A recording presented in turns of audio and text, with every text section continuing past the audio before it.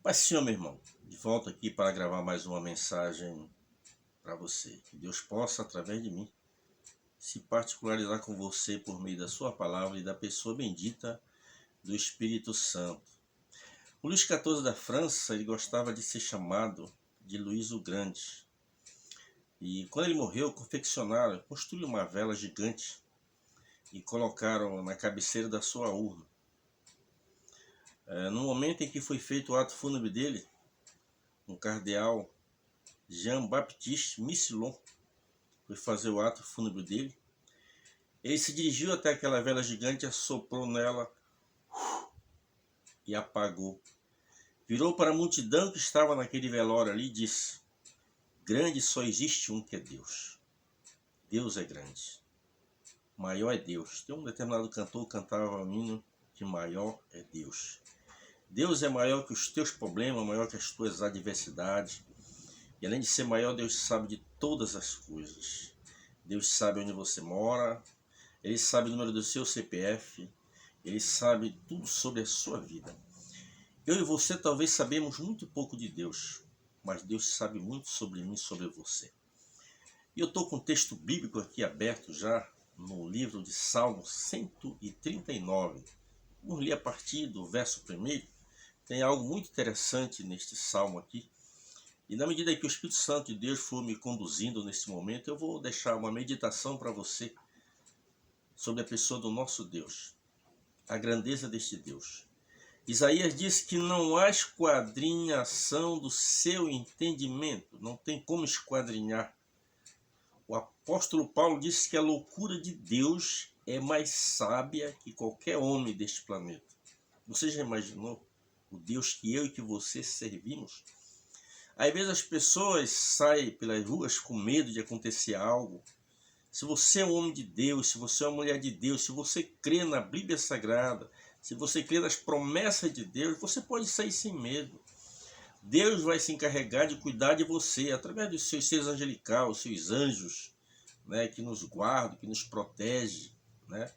Nós vivemos num mundo que eu já falei isso em algumas mensagens, você olha aqui e enxerga alguns quilômetros de distância no mundo físico, mas no mundo espiritual a gente não enxerga um palmo, a não ser pela fé. O nosso GPS espiritual chama-se fé. É o que nos conduz à Canaã celestial. Salmo 139, a partir do verso 1, diz assim a palavra de Deus. Senhor, tu me sondastes e me conheces. Tu conheces o meu assentar e o meu levantar. De longe entende os meus pensamentos. O salmista disse: olha, tu me sondas, tu me conheces. De longe tu já entende os meus pensamentos, né? Pensamento das pessoas é algo que vem do coração. E alguns grandes entendidos diziam que o coração é terra que ninguém visita, né? Mas Deus, Ele conhece o nosso íntimo. Ele conhece o que vamos fazer, Ele sabe de tudo da nossa vida. Neste texto aqui nós vamos ver 4 atributos que só a divindade tem. Primeiro atributo, a onisciência, saber todas as coisas. Deus sabe de todas as coisas, tá? Então, é onisciente. Um outro atributo que nós vamos ver aqui, que só a Trindade tem, o Pai, o Filho e o Espírito Santo. Nenhum outro ser angelical tem esses atributos aqui, a não ser a Trindade. Nem o arcanjo Miguel, nem os serafins, nem os querubins, nenhum deles tem esses atributos, que é exclusivamente de Deus. O próprio Satanás, ele não consegue saber o que eu estou pensando. Se eu pronuncio uma palavra, ele ouve e através daquela palavra ele pode investir contra a minha vida. Mas se eu pensar apenas com meus pensamentos, jamais o diabo saberá o que eu estou pensando.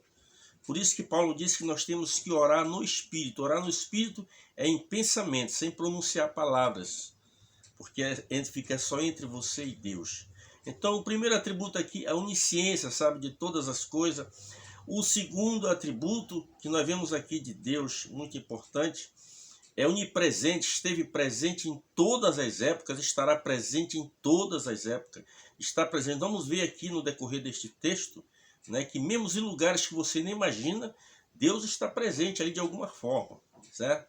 Então é onipresente, onisciente, onipotente, que ele tem todo o poder. Nós vamos ver também aqui, se você ler o versículo 15, o verso 16, você observar que o salmista aqui, ele se refere que ainda o seu corpo informe no ventre da sua mãe, Deus já sabia de tudo.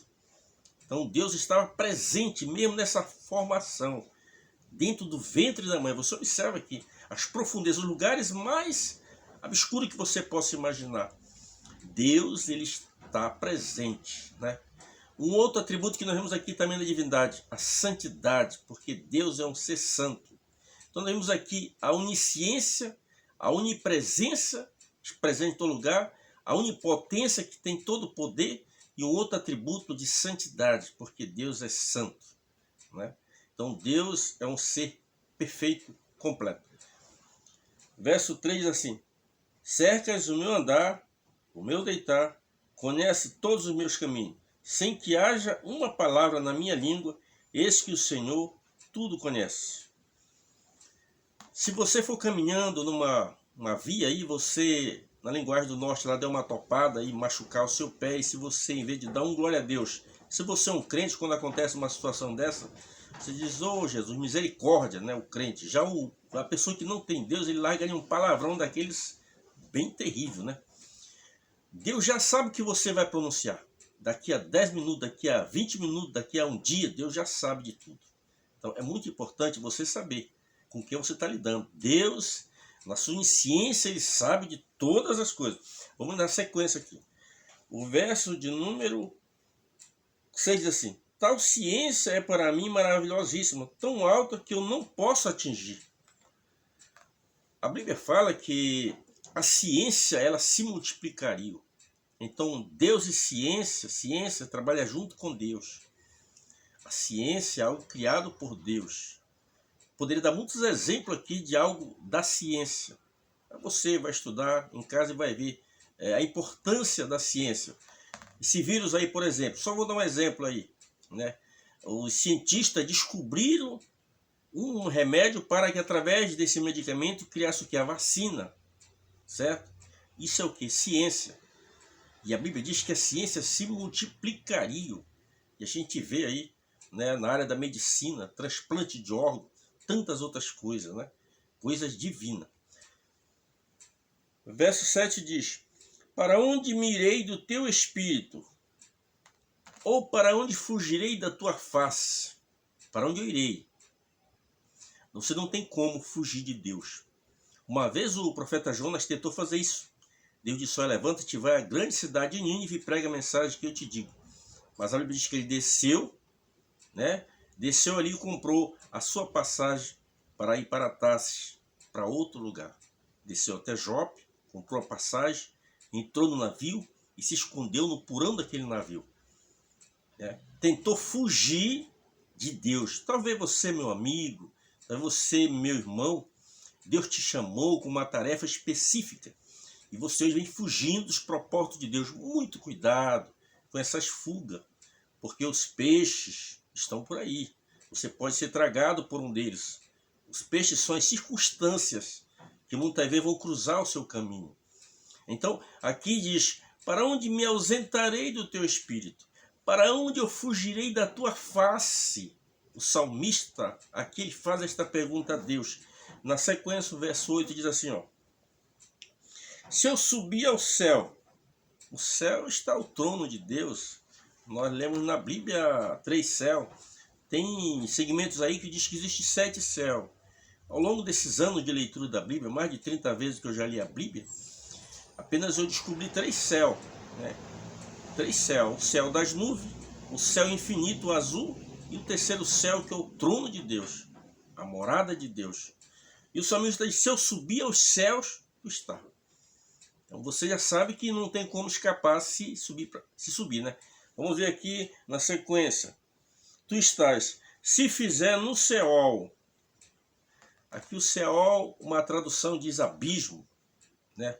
Aqui uma outra tradução, mundo dos mortos. Ou seja, nas partes mais baixas da terra. Se você descer ali, olha o que o salmista diz aqui. Não tem como escapar, né? e fizer a minha cama, eis que ali tu também está. Se tomar as asas da alva e habitar na extremidade do mar, no mar Mediterrâneo, no Oceano Atlântico, no Pacífico, no Mediterrâneo, se você for para o mais profundo deste mar, saiba que ainda a mão de Deus estará ali. Não tem como você fugir da presença de Deus. Você pode até tentar fugir, mas é impossível, porque Deus está presente em todos os lugares. Ele é onipotente e onipresente, está presente em todos os lugares, está presente em todas as épocas. Mais uma vez eu repito. Verso 9.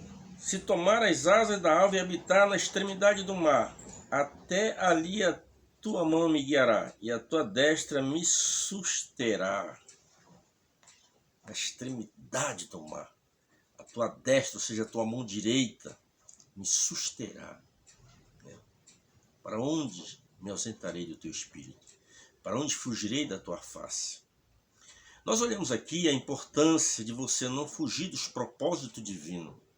Não fuja dos propósitos divinos. Deus tem um plano maravilhoso, meu irmão, meu amigo, na tua vida. Você não pode fugir disso. Na sequência diz assim a palavra de Deus. 11, verso 11 assim. Se disser, de certo que as trevas me encobrirão, então a noite será para ti a luz à roda de mim. Verso 12. Nem ainda as trevas me escondem de ti, mas a noite resplandece como o dia, e as trevas e a luz para ti são a mesma coisa. Pois possuíste o meu interior, entristeceste-me no ventre da minha mãe. Verso 14. Eu te louvarei porque de um modo terrível e tão maravilhoso fui formado. Maravilhosas são as tuas obras e a minha alma sabe bem disso.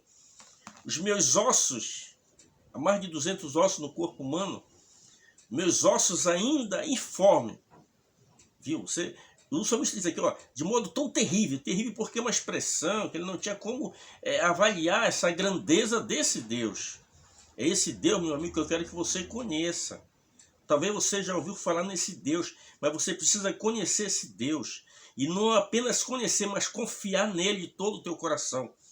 Jó, uma certa feita, ele disse, ele antes eu te conhecia de ouvir falar, mas agora os meus olhos te vê. De repente você já ouviu falar tanto em Deus, mas você não conhece Deus. Como é que você conhece uma pessoa? Através da sua convivência, do seu relacionamento, através do seu caráter. É isso que Deus quer, meu amigo, para você. Não apenas conhecer Deus de ouvir falar, mas conhecer Deus na intimidade, na realidade. Saber realmente quem é Deus. É muito importante isso. Viver a tua experiência com Deus. Vivemos num mundo aí que as pessoas materialistas só pensam nesta terra. Meu amigo, nós temos algo muito melhor para nós. O que há de melhor está para vir. Você observa ali que naquele casamento em Caná da Galileia, o melhor vinho foi servido depois. Porque o que é melhor, o que há de melhor que Deus tem para nós, preparado, o que há de melhor para nós. Paulo disse que o olho não viu, o ouvido não ouviu, o que Deus tem preparado para aqueles que crê. Você precisa crer em Deus, mas também você precisa confiar em Deus. É muito fácil crer em Deus, mas confiar não é tão fácil. Você pega o ônibus de Porto Alegre, digamos, a São Paulo. Você viaja alguns minutos acordado, aqui você começa a dormir. Você acorda, o ônibus continua correndo. Por que você dorme? Porque você abre aquela gabine ali, você vê o motorista ali. Então é fácil de você ir. Você não sabe se aquele motorista dormiu bem, se está sob efeito de remédio. Mas você confia porque você está vendo alguém ali. Com Deus é diferente, você não vê. Mas pela fé, você tem que ver que Deus está no comando deste ônibus que você caminha no seu dia a dia, no ônibus da vida, na sua caminhada. Você precisa não apenas crer que Deus está ali, mas confiar que Ele está ali. E que Ele sabe de todas as coisas. E que Ele tem a solução para a minha e para a tua vida. A solução para o meu e para o teu problema. Que Deus nos abençoe, hoje e sempre, amém. Vou continuar com esta mensagem, vai vir coisa muito melhor ainda nesta mensagem. Que Deus te abençoe, amém.